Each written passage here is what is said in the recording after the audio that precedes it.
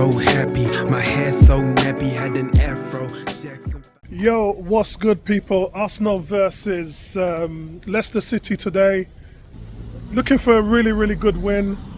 And at the moment as we speak, Manchester City are drawing Newcastle 1-1. What does that mean to us?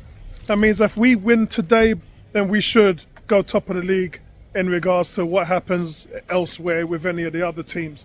But I just want to talk about the fallout from last week. A lot of people talking about Arsenal, dark arts, and look, I just think that that's the media playing up on Manchester City, just shifting the narrative towards us.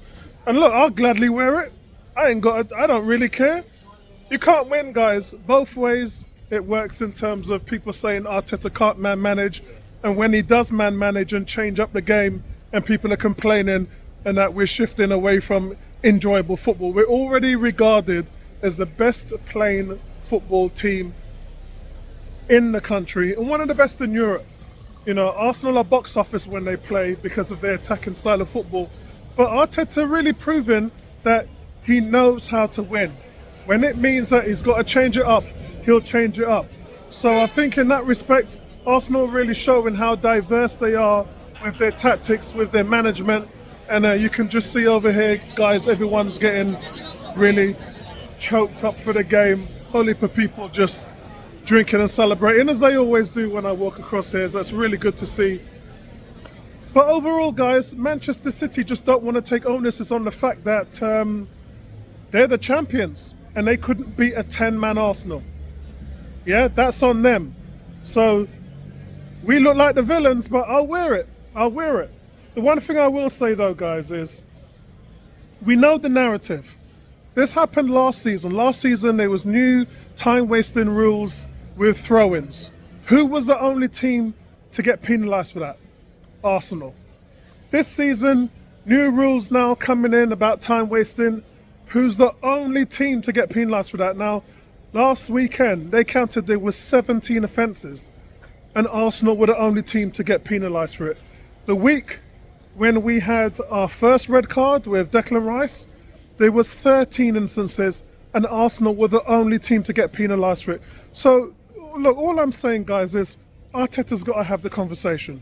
You've played 5 games, you've won 3, you've drawn 2, and the 2 games that you've drawn, you were given red cards for things that other teams are not getting. Now, let's say this again, there's been 30 incidences of this time wasting this season, and the only bookings happened in the Premier League were to Arsenal. And that resulted in 2 red cards. So look, Arteta's going to have this conversation with his guys. We're going to have to be squeaky clean if we're going to get away with this. Right now, I don't think anybody would make Man City favourites with Rodri out. So we've got to wear it, guys. We've got to be squeaky clean. We've got to take responsibility. I know it's always 12 against 11. I get it. I get it, guys. I totally get it. But we've got to do our part. We've got to take responsibility of that and ensure that we're not giving anybody a reason to flake us with these cards. That's on us as well, yeah? Partly, mostly, it's on them, but we have to take care of our part. So, team sheet today, guys. David Raya in goal, he's back. I'm looking for the mascot kid right here now, because this is the wall where his picture went up. So David Raya's back in goal. Really good news for everybody. It's Timber at right back again, Calafiori at left back, and the 2 bookends, Gabriel, Saliba in the middle, Partey and Rice in the midfield. And although we've got Trossard playing today, I believe we're going to interlink both Trossard and Havertz, or rather 10 and 9 role, in terms of creativity and goal scoring opportunities. We did show that we were flexing on that position, and they were switching and changing places in the last game, so we did see that. And so hopefully we'll be able to see that again. And then it's Martinelli, as I thought it would be, on the wings with Saka. Now, the man to miss out here is Jesus. And then many might say that he needs his chance, he deserves a chance. But I think, for me, he hasn't played his way into the team. So you've got to be substantial in what you're doing and play your way into the team. And I don't think he has. So in that regard, just walking up to Emerson now, Emerson just looking and shouting out and saying hello to everybody. So I don't think he has. And so he's the man who misses out. And I think it's the right thing to do. Let me just talk to Emerson. Emerson, move over, man. Yeah, all right. Move down. Let's have a conversation. I was just telling everybody the man to miss out today is Jesus, and probably detrimental to Martinelli again getting another chance. No goals or assists in 15 games, and he finally gets an assist in midweek, which means now 1 assist in 16 games and no goals. So when I did the preview yesterday, I thought, how long is this going to go for? Does he give another couple of games? Because we can't let happen what happened last season when he had 2 goals in 20 starts. So at some point, you're going to have to say Sterling's going to give you a little bit more. Jesus might give you more on the left. What's your thoughts on that? What you said is spot on, and things like that. I agree with what you just said, and things like that. So we just have to wait and see how Arteta's going to cope with him, to see if he's in playing or not playing. Things like that. That's the dilemma we have. Things like that. We know he's not a proper number 9, and we know about the number 9 shirt, how jinxed it is, as I've told you on your various podcasts, whilst we've been on air, things like that. So that is our most jinxed squad number. But you want me to tell you about that scoop that I was about to tell you before you came to me? Yeah. The scoop is, this thing Kieran, according to what he's just told me, he could be playing in the next 2 weeks in the under 21s, but he's not sure which match it's going to be. Oh, interesting. So he is being bored, and he said he could be playing in the next thing. Interesting, because I know they've had talks with his agent about what they want to do with the player. His agent was talking about, is there a way that we can forfeit the contract? Obviously, he still wants to earn through it, but I think that they're talking about something where there could be a 50-50 deal. So they could, in other words, if they pay off his contract, it will only be 50% of the salary. That means that he can go out and then play for another team, or whether he just wants to wait until January, which is what Arsenal want to do. Arsenal would rather sit for another 2 months and wait for January and then send him out on loan there. There's plenty of teams he can go to and teams he has played with that want him to come back. But I mean, right now we're fully loaded. Zinchenko is our 3rd choice left back who can't even get in the team. So what does that say about Kieran Tierney? That's it. I actually thought Newcastle would, because the City are just, last week, that you can see Arsenal got underneath their skin. They irked them. They really pushed them to the point where Man City are sweating right now. And I don't think they're favourites for the title. I really don't. They can't win. They've proven that they can't maintain consistency without Rodri. And so I think they're rattled. I agree with you. Yeah, I think they're rattled. I think like that, what we did to them, and that's it. And if other teams can do the same thing, just rattle them early, thing like that, because they've kept Ireland quiet, because everybody's dream team's going to be going haywire, thing like that. So, but we wait and see. With Arsenal today, I'm going for I'm going for a 3-2 win. I'm going 3-0.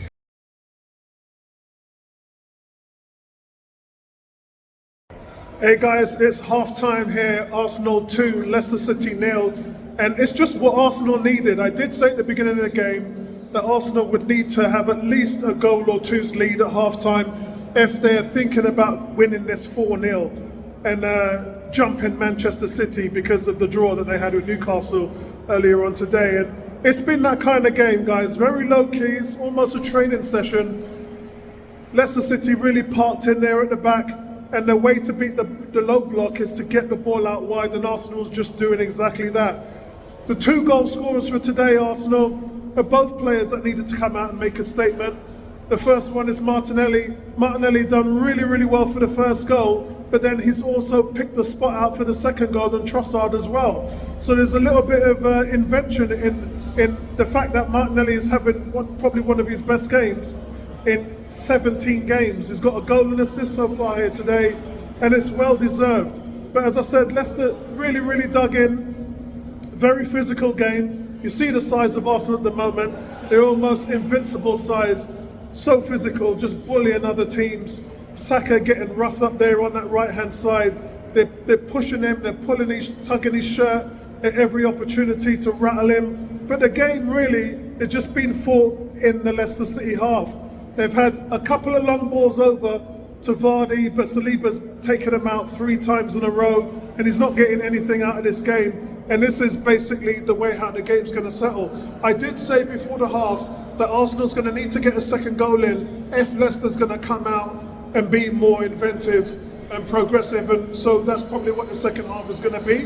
Leicester's been quite happy, even at 1-0, to just sit at the back and let the game come to them, hoping to get something on a set piece or a free kick. But now the game is 2-0, Leicester is going to be after forced to come out and do something. Remember, they let in 8 goals in 5 games before today. It's now 10 goals in 6 games that Leicester City have let in. So they really do have to go for it in the second half. And all that's going to do is open things up for Arsenal, which, quite frankly, I'm looking forward to seeing. As I said, really, really good game by Martinelli at the moment. Just hoping that it's a confidence booster for him. First goal in 17 games. And the assist to Trossard, I think, was well deserved as well. But Trossard, again, hadn't really had the best of games, but came in the box and does what he does well. The intelligence, the movement in the box, that's what helped produce that second goal. And really looking forward for Arsenal to maintain the stability that they have in the midfield, just partying while so dominant in possession. Reyes had nothing to do, if I'm honest, apart from Gabriel playing him the ball back. It's been easy sailing for Arsenal here at the moment, the Emirates. Arsenal 2, Leicester City 0.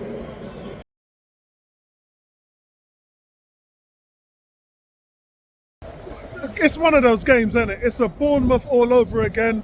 Last week, Arsenal were the ones that got sucker punched in injury time. 94 minutes in injury time. It's Ndidi that gets the own goal, but I believe it's Trossard that scored. And it's just a wonderful result. Second half, we came out and tried to play the same type of football, but Steve Cooper had his guys well organised. First goal was really sloppy, came off a deflection, really nothing Ray could do about it. And the second goal that Leicester City scored was a wonder goal. A cross comes in from the left-hand side, and to be honest, hits it volley straight time. The ball is curving right into the left post, hits the inside of the post and goes in. No goalie in the world is saving that. And for the entirety of the second half, Arsenal just knocking on the door, but couldn't blow the house down. Trossard's hit the post. Havertz produced a double save from the goalkeeper. I mean, goalie made about 7 quality saves in the second half. Everything we could do to try and put it out, and it's an injury time. Arsenal make it count. Great result, guys. Arsenal still chasing. I don't even know. I'm going to have to work out man of the match and send it to you guys on this scrolling sheet here. But yes, we move on, guys. PSG up next. I can't believe it. I'm going to have to take my medication now. I'm absolutely battered after this game. Just need to really talk about the heroes of the game today. Havertz battling like a madman up front. Scrappy, winning everything, forcing 3 saves from the goalkeeper. Then Havertz is rewarded in injury time where he gets his 3rd goal of the season in the Premier League. So that's 3 goals in 6 starts for Kai Havertz as a striker. Exactly what you need. But it's the dirty stuff he's doing. The balls he's winning back high up the pitch. The overlap that he's helping on both sides, left and right. He's putting himself everywhere. And credit to Kai Havertz. Martinelli today, no goals in 17 games. He comes in today, gets a goal and an assist. And then he does his daily work. Saka, I felt, sadly dropped off in the second half. And I thought he was the one that probably we should have taken off.